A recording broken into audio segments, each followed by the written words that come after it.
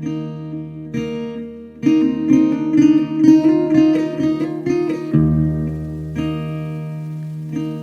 right. If the sound of my voice is meeting your eardrum, then that means we are here. This is Jay Brown Yoga Talks podcast. My name is Jay Brown. How are you? How is everyone? Holy shit. Things have gotten progressively more crazy and more scary in the last week. I mentioned that the numbers out of Italy were changing the calculus, and that has certainly continued to be true. They had just 3 days in a row that were apocalyptic. And things are starting to ramp up here in the United States. That's why New York shut down. Here in Pennsylvania, the governor shut things down. Not the full, complete shutdown, but the next to full, complete shutdown. Non-all essential businesses. Right now, the only thing that's open are supermarkets and gas stations. I guess some restaurants are still doing takeout. But just today, I saw reports coming from New York City and Brooklyn, and it seems like they got a big surge today. So everybody's really on edge. Here where I am in Pennsylvania, we haven't gotten hit yet. I think there's been 10 cases in the entirety of Northampton County where I live. But the governor has been, I think, preemptive. He's had us shut down for the last week, which was even sooner than New York City. But nobody seems to know really how bad this is going to be and how long it's going to last. And I was sitting here thinking about what, if anything, I might say in this moment, and thinking about the people who listen to this show and yoga teachers and yoga center owners out there. I was thinking about how for years we've been having a conversation on this show about the viability and sustainability of the yoga studio model and whether or not independent teachers can make a living. And right now in this moment, all the centers are closed. Never in the 20 plus years that I've been doing this has that ever been the case. And there's a stark feeling to that. It's been pretty incredible to see everybody really quickly embrace online classes, right? Because everybody's scrambling to make sure that people still feel they're getting something so they won't cancel their memberships, right? But in all of the bleakness of this moment, there's also some pretty fantastic things happening. You know, what I've been observing is what's keeping it together in this moment when everything suddenly is shutting down is the connections between teachers and students and fellow people that you've met through your yoga. I've had people who I haven't heard from or seen from in years. People from Brooklyn who are showing up on my live stream classes, getting emails from people. And that work of yoga teachers and the relationship building, that's what's keeping us all together right now. That's what's barely holding something together in this moment where all of a sudden, like the actual spaces that we were all going to be in together are no longer available. And if you're listening to this and you have a center and you haven't shut down yet, at this point you're just being irresponsible. Let's not fuck around, people, okay? It's really serious shit here. So no more, I was really skeptical too. I felt like shock doctrine stuff to me. And sometimes around the edges it still does. But, You just look at numbers. I've just been like trying to look for my own self to find some real data. And once you look at it, you're like, holy crap, it is really ugly. It's really scary. So everybody's got to take it serious. Everybody's got to take all the precautions and do everything you can to try to be part of, stemming this thing. We all got to do what we can. And it really is a reset moment, isn't it? I know it is for me. I'm fortunate. I made this move a couple years ago, and I transitioned a lot of stuff online. I already made that move years ago just because of other things. But just like everybody else, I had a whole schedule of in-person events that, I've pushed a bunch of stuff back, but everything's just so up in the air right now. Everybody just seems to me in a wait and see what's going to happen now mode.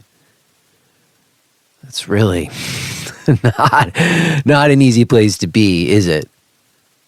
I know it's worse for the people who have already gotten hit by it, but even for those of us who are not yet hit in our areas, just the feeling of the possible impendingness of it.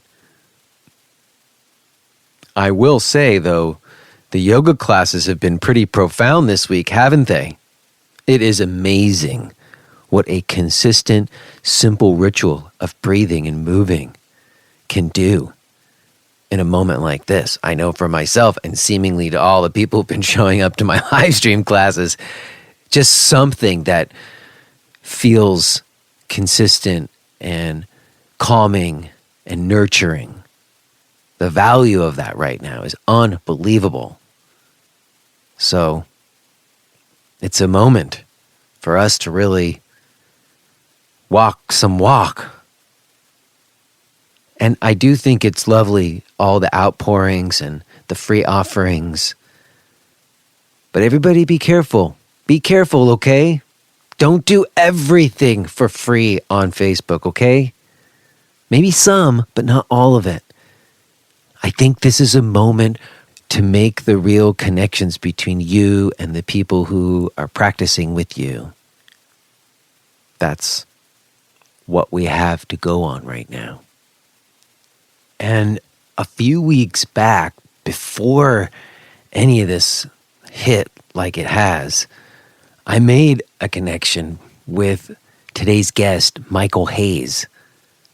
I had met Michael once before, and I tell the story in the conversation with him, so I won't give it away here. But I met him at the Accessible Yoga Conference a few years back in New York City. I actually recorded a live panel discussion, and it was put out on this podcast from that conference. And he was there at that recording, and he made a strong impression on me.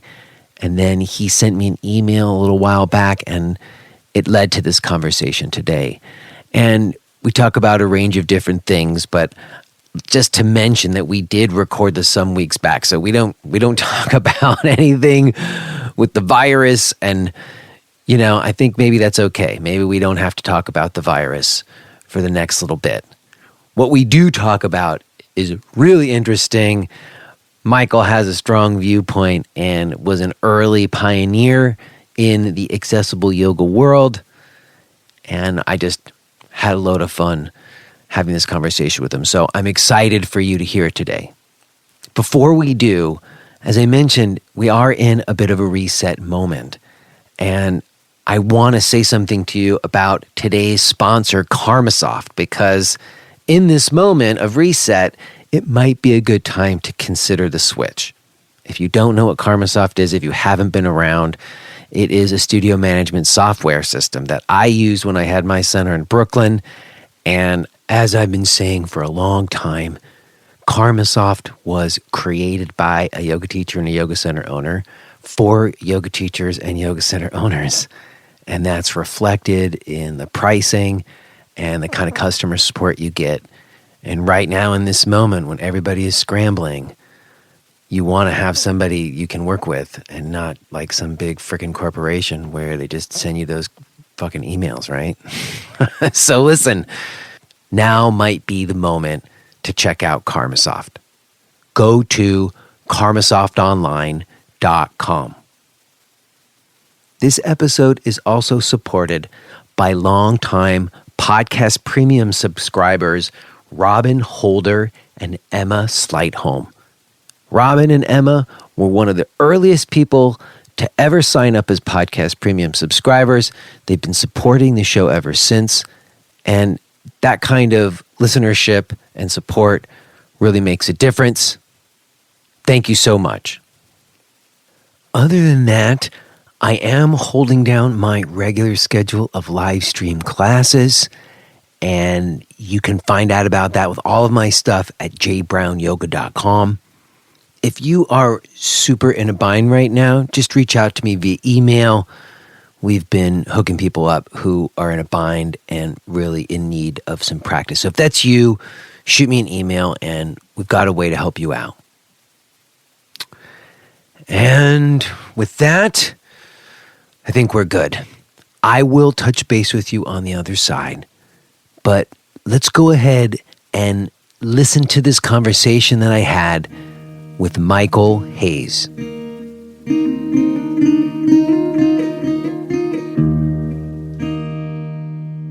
Hello.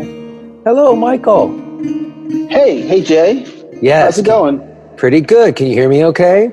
Yes. And me? Yes, just fine. Perfect. Wonderful.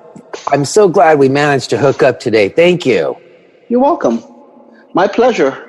Yes. And, there's a number of different things that led to this happening. One is just, as you know, you've listened to the show some, I always want to talk to people who were around in the early New York yoga days that I was in. Because I'm always just trying to figure out how I got from there to here. And talking to people who were around there is always very helpful. And I know you were around in those early days. Yes. In fact, I think we were actually in Yoga Union's first teacher training. You said that in the email, and it might be true. I remember there was a guy named maybe Stefan, like a sweet guy. What was he? Mangoes while we were in the training? I don't know. I don't remember. Like, I had been studying with Allison a lot, and then she did that first training, and a whole bunch of people showed up to do it who hadn't necessarily been practicing with her for a long time. Maybe that was one of you. Maybe you were one of those people. I don't remember. I was working with her privately. Oh, interesting. I met her through Jivamukti back in the day. Me too, on 2nd Avenue. That's where I met her first, and then she moved to Broome Street later, right? Yes. I was a Karma Yoga at Jivamukti for a couple of years. Oh, wow. So that was before Jiva really became the method or whatever. Like, it was just the place, right? Exactly. Wow. So you did karma yoga there? You just did the front desk, or they didn't really have a desk. It was just that little thing in the hallway, that little stand in the hallway, right? No, I came and cleaned. Oh, all right. I was my story is I was in massage school at the time. And I finished massage. I went to massage school, and my friend Evelyn Lee talked me into going to my first Jivamukti class at 7:00 in the morning. Shakti was teaching. And I did not know what Jivamukti was. I thought yoga was all integral yoga. You do a pose, you lay down. So I go to this school, and they kicked my ass. They literally kicked my ass. And after they did the sun salutations, which were challenging, they all went up at the handstands in the middle of the room. And I said to myself, I'm going to come back here because I refuse to let something like this beat my butt. So that brought me there. And I stayed there for a couple of years. So I went to another teacher training program. Yeah, I've talked about that 2nd Avenue location with some other folks from around there. Kachi, who was one of my first teachers there. And it really was different because, like you described, there was the integral where you did there was shavasana between each pose and the eye rolls at the beginning and stuff. Yes. Right? Yeah.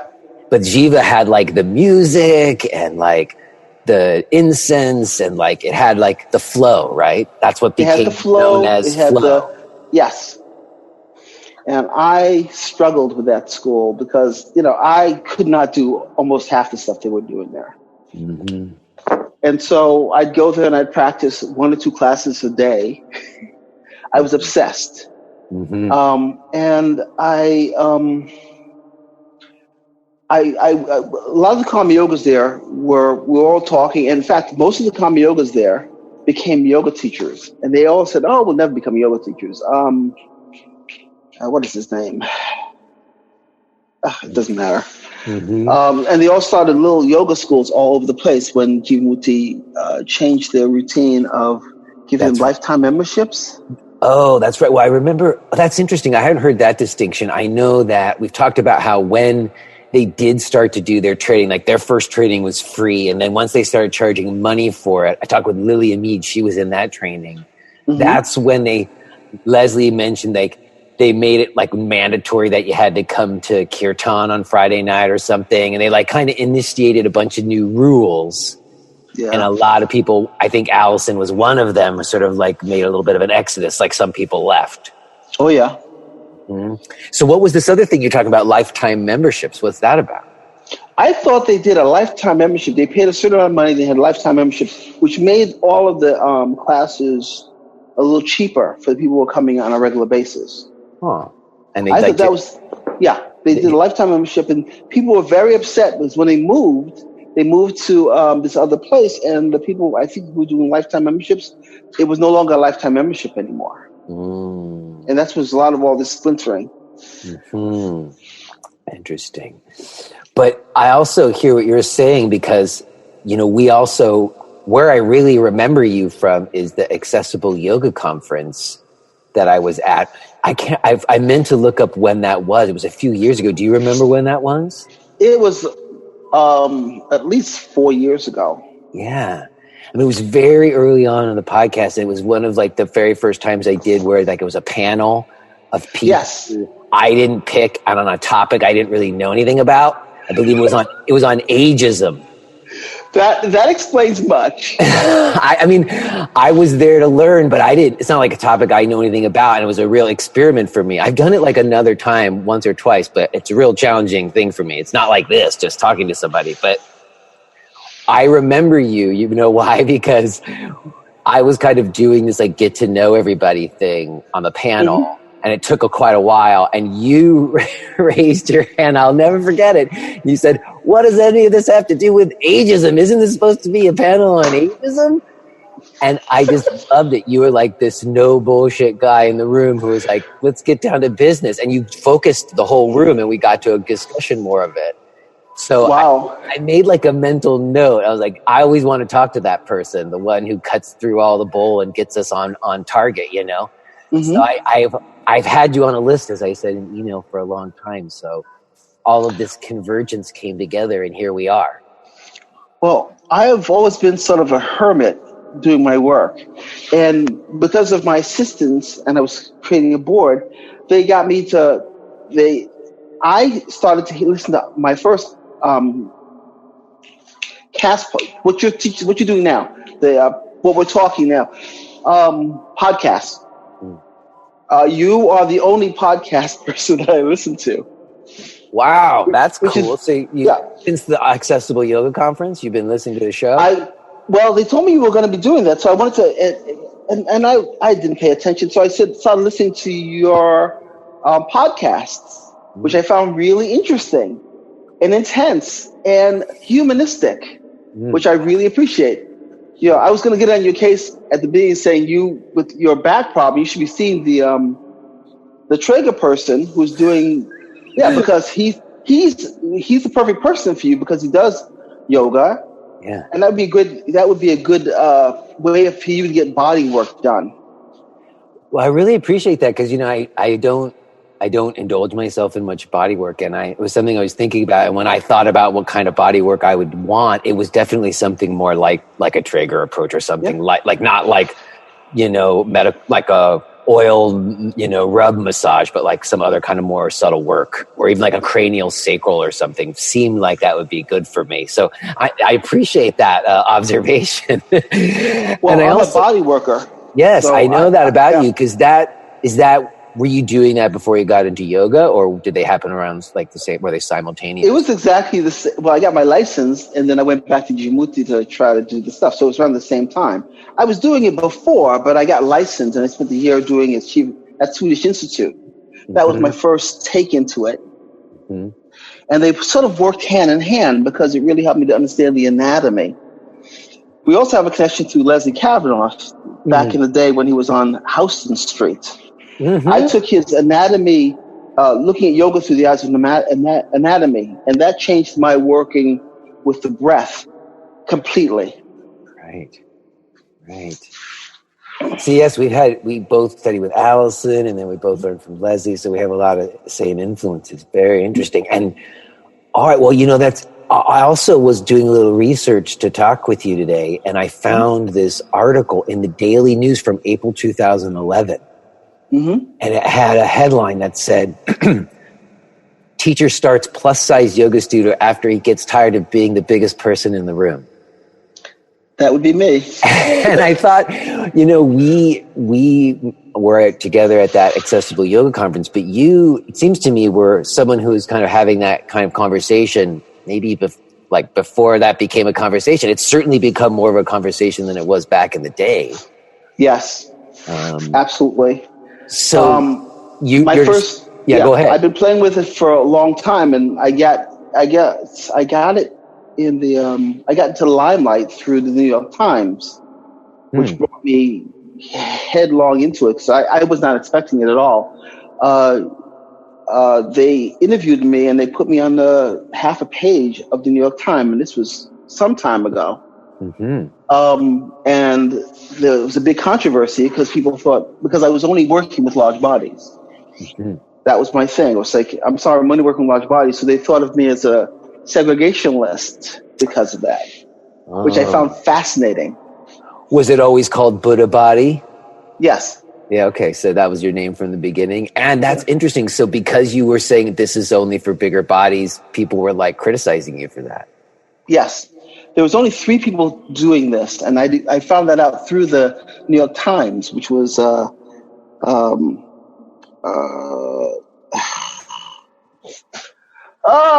know their names. It'll come back to me. Okay.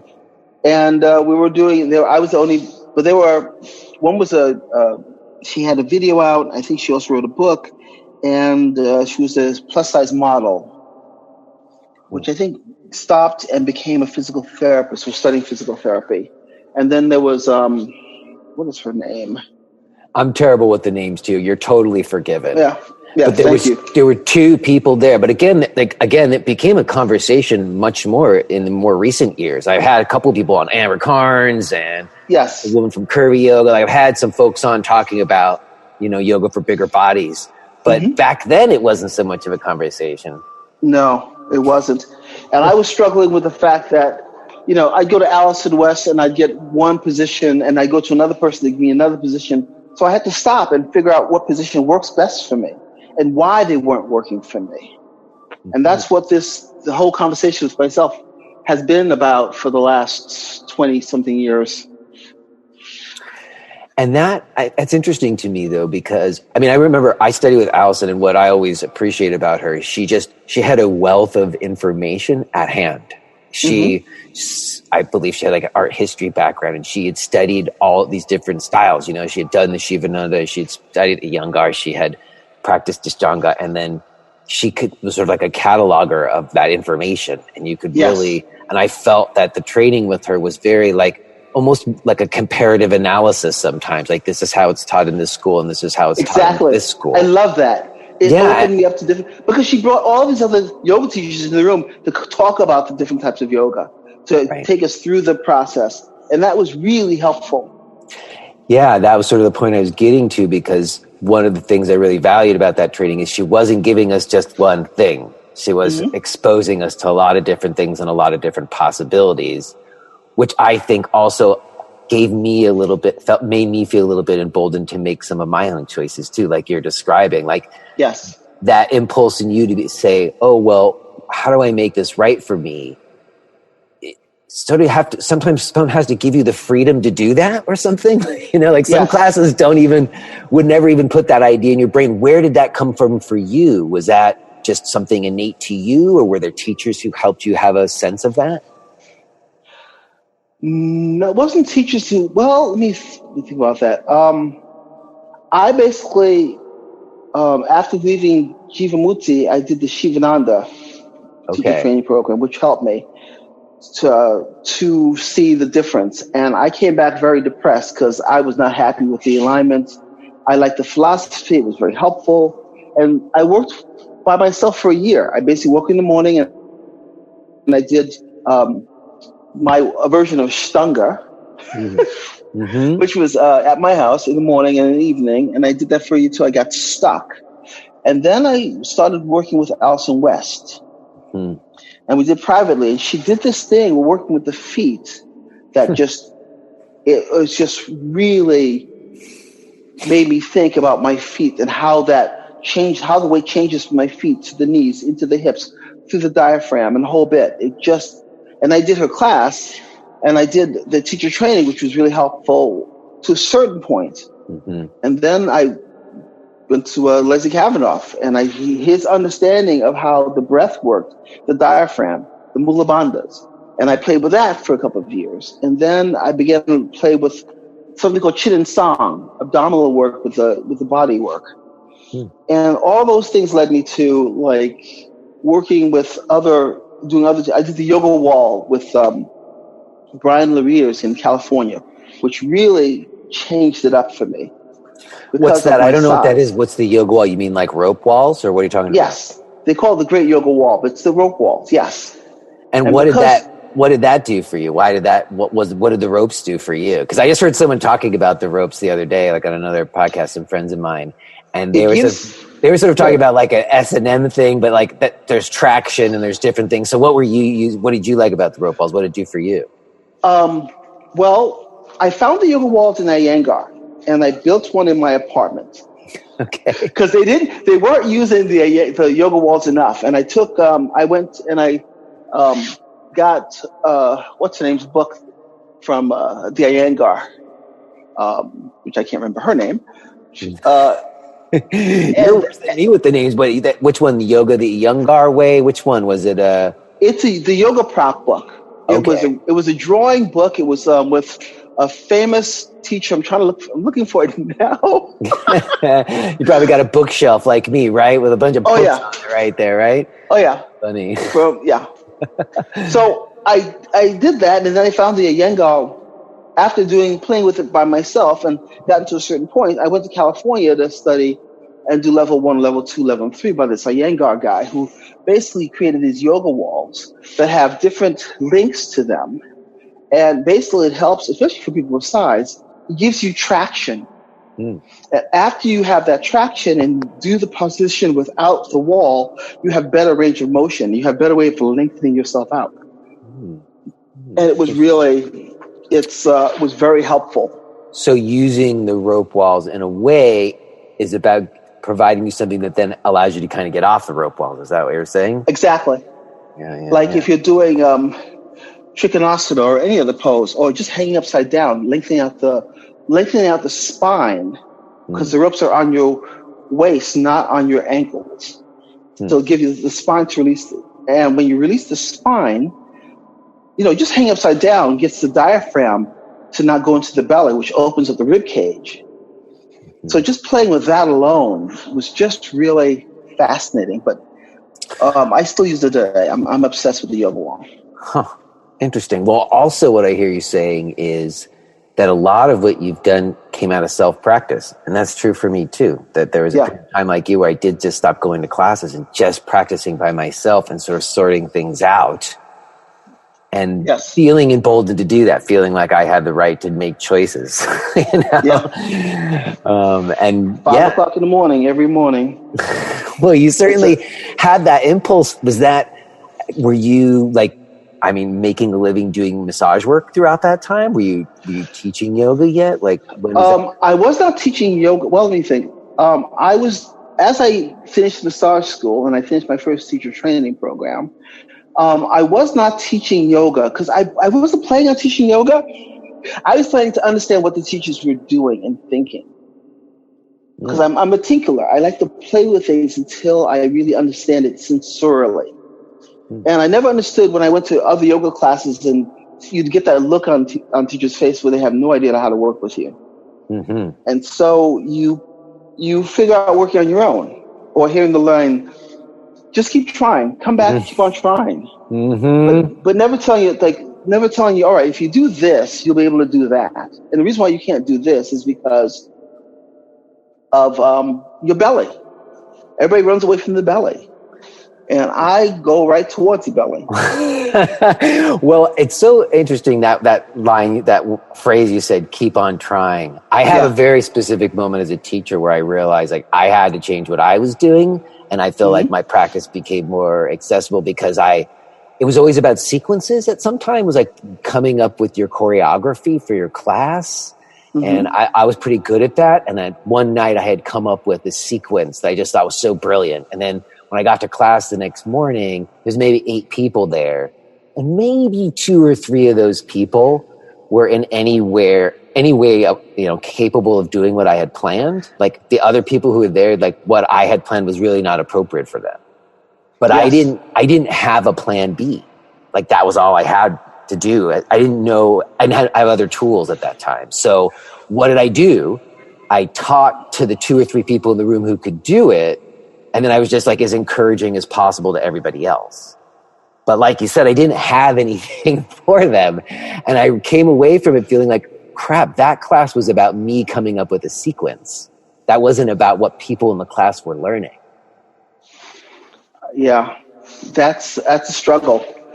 I came to the place of, the sequences. Basically, you're going to do standing poses, balancing poses, floor poses, inversions, handstands, shavasana. If you know that routine, then you can play with it in any way you want to. Mm-hmm. The trickiest part is what you're saying. You have people who have not done the work that you've done, and you have 3 different types of people: beginners, intermediate, and advanced people in the class.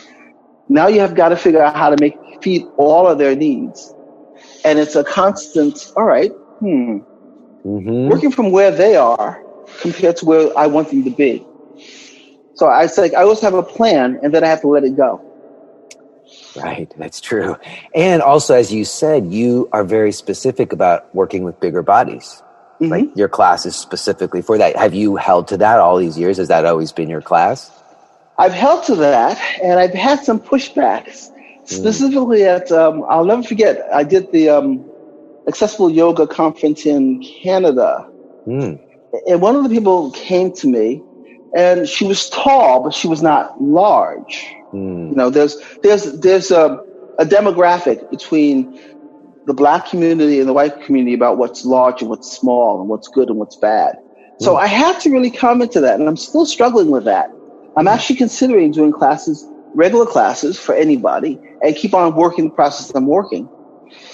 But I'm not there yet. Right now I'm working on just developing a teacher training program because I'm getting old. Well, you've probably figured out a few things over the years that have worked consistently. I'm betting. But I am curious about what you just said in terms of Black and white communities seeing it different. Can you say a little bit more about that? Like, what is that? What's the difference in terms of what? Like, I'm curious what you meant when you said that. Well, body acceptance of size is more acceptable in the Black community than I think in the white community. It's changing as far as in the white community being able to accept them more, but generally speaking, that is the main difference. The acceptance of that with concerns with being able to get the right clothes for yourself, being able to be in the room and feel comfortable with yourself, and not judging yourself to the point of the television way of looking at what beauty is. Though it's changing. I like that it's changing. Not fast enough. Yeah, well, like we're saying, there's certainly, at least in the yoga world, there's a much more a conversation happening that was never even happening before. I'm not sure if it's a conversation. I'm still watching it. Okay. I think there's a dialogue, but I'm not sure if the dialogue really is it to sell or is it to be? You know what I mean? Ooh, that's because I heard as true to form, the no bullshit guy in the room, I appreciate that, because I was just thinking about that even just the other day. I heard someone talking about like the idea of self-care too, that sometimes these ideas of even body acceptance, they become like marketing tools more than actually like changing the culture sometimes. Yeah. That's a shame. But I do think that there's more models. That's the difference. There are more bigger bodied teachers than there were back then. I mean, again, it sounds to me like you were cutting new ground. Yeah. And ultimately, it's very interesting to me too to hear that, because when you use the word accessible yoga, you are making it accessible to one particular group, but not necessarily to everyone. And that's the criticism, I guess, right? Yeah, to a certain extent. I think that when you think of like accessible yoga for people who are working with people of size, if you're trying to follow the same format of how the yoga should look like and how you get in and out of the positions, you've grown from the experience of following how beautiful the yoga posture is supposed to be and finding the injuries of that. And you've prospered in your ability to see that you need to change and how that is important. And I feel like for the body positive people somewhat, and for people who are getting into the idea of really working the process of yoga, they're still struggling with, all right, the lookisms compared to the feelisms. What lookisms and feelisms? What do you? Okay. What are those? I haven't heard those expressions before. Yeah, they're my own. What are lookisms and feelisms? Okay, like doing a sun salutation, right? In doing a sun salutation, your hands between your feet between your hands. If you've got a belly, you're going to have a hard time doing that. If you can't breathe into your upper diaphragm, if you can't breathe into your upper quadrant of your body, you're going to have a hard time flowing through it. So you have to find ways around that. And sometimes people try to find that, all right, I want to really look like what I've been seeing as yoga compared to feel what I should be feeling as yoga. Does that make sense? That does make a lot of sense. Even, again, I'm not dealing with those same situations, but just in my own Well, you are in a certain sense. Yeah, I guess in a different sense. It's not the same bodies, but ultimately what I would say is that in my own practice, as you described, I no longer believe in like this idea of one right alignment, and it has to be about someone's own experience. And I have these newer students who are, this one woman just today, as a matter of fact, she's always kind of like asking me like what she should be working towards, like, and she always means, what does it look like? Mm-hmm. And every time she asks me, I give her a look and we have a whole conversation about what you're just describing, that I no longer think it needs to look any one particular way. And because you're doing that, you've now opened up the possibilities of bringing size into your room. I have had some larger body folks who have come to my class because I do allow for them. And a lot of times they have come with a repertoire that they've already learned. Yes. And I'm just super happy that they've got that repertoire. And like you said, if you have some tools, you can do a lot of different classes still, you know? But when you saw that repertoire, it gave you the ability to see how you can do that with other people. That's right. That's right. I've used things from them. I'm like, oh, that's how you do it. Perfect. Exactly. That's exactly what I would have wanted you to do. That looks great. And that's empowering. And that's the way. See, that's why I'm thinking eventually. I said at the beginning when I did this, when this starts to happen, I no longer have to exist. I don't have to have the Buddha Body Yoga thing happen that way. When people who have been doing yoga for a long time realize that there are different ways and different approaches to get to certain places, then it opens up the possibility to have everybody in the room. I think that's right. But I also think it is like a new viewpoint, because for a lot of folks still, and I certainly at another time, it was about forms, like being able to do the things with your body. Yes, and to have them like look a certain way, as we're talking about. But it still is. And that still sells better. Yeah. Think of Ford Benz, right? Yeah. Ford Benz for a person who hasn't got a belly is going to be very different than Ford Benz for a person with a belly. Yeah. Then you have to ask yourself why. Because it's the belly. So in doing a Ford Bend for a person with belly, it's going to be opening up the back more sense than opening up the hamstrings. Mm-hmm. Mm-hmm. Right? How far the feet separate from the crotch and hips is going to determine how much pressure you're going to be having on the belly, which is going to force you to breathe up into the diaphragm, which is going to force you to open up the upper body. Mm-hmm. With enough support, you can do that. The same thing with a back bend. So these are the things that I'm more interested in anything else. How do you make a spinal twist for a person of size? It's going to be very different than a spinal twist for a person who doesn't have size. And is a lot of it just leaving room for the belly? like opening up the angle of the twist, or like you say, or using some blocks to lift hands up and stuff like that to give people support so they can have space for that? That's part of it. But then we go back to the breath. We go back to the bandhas. We go back to trying to breathe, get the intercostals to expand so the rib cage can open up, so the diaphragm doesn't have to stick into the belly, but stay there or higher to get the whole upper thoracic quality of the body to open up. Then you've got some interesting stuff happening. Mm-hmm. See, I'm with you there. We're singing the same song when it comes to breath, because that's what I found for my own personal practice when I didn't care about being able to do poses or the alignments or doing them deeper. What was left was my breath and the movement of that, and how that movement of my breath was informed by whatever I was doing with my body. Yeah. And that is a very different focus than trying to be able to do the positions a certain way or something, right? But then you start dealing with the holding patterns. What do you the emotional holding patterns from that. Okay, what do you mean by emotional holding patterns? Are you in terms of breath or body or both? I guess you can't separate them out. Both. Yeah. Because once you start breathing, remember, we're always holding ourselves in a certain way. People with size are holding themselves either many different ways, such as people who are slender holding themselves very different ways. But depending how you can engage the breath in your asana will help you to really open up in a way that's going to maybe make you emotional.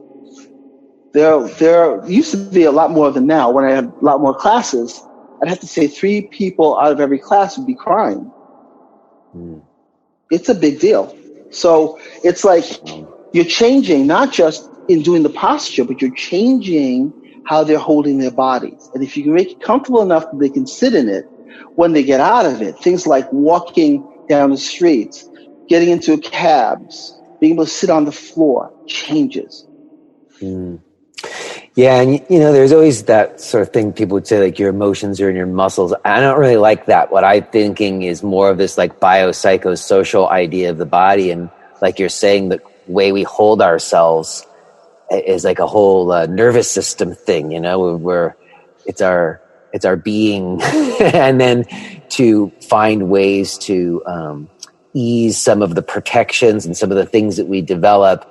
There are those emotional releases that just happen when we're with our bodies sometimes in that kind of way, I guess. I agree. Yeah.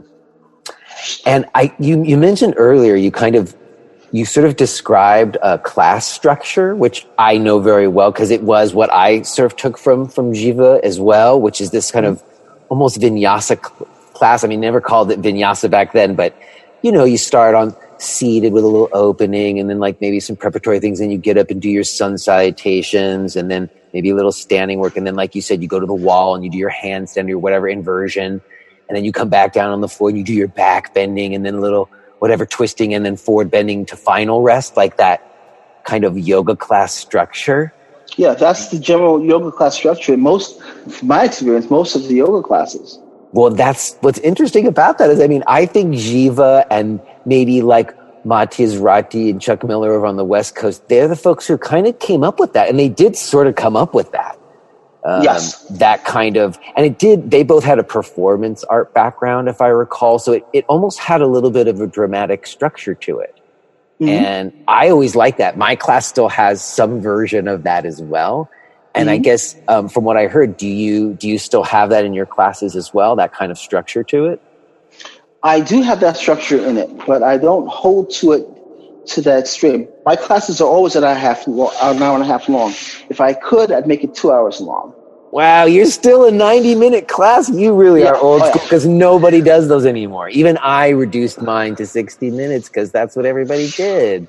I know. I can't. Oh. I do that in the streaming class I do on Sunday mornings. Yeah. But generally speaking, I don't do that on the regular classes, because you need people of size, and I think most everybody needs time to warm up, needs time to unwind all that baggage. And so, the way I justified it for myself, I know it's money. A lot of times for myself, when I do a practice, I can do a practice in an hour, like a very good, complete practice in an hour. I can do that. But when you're trying to teach, it's a little bit of a different story. And that's a difference. Like yoga classes used to be much more educational. If you are hearing this message, then you're listening to the free version of Jay Brown Yoga Talks. To hear the rest of our conversation, please subscribe to Podcast Premium at jbrownyoga.com/premium.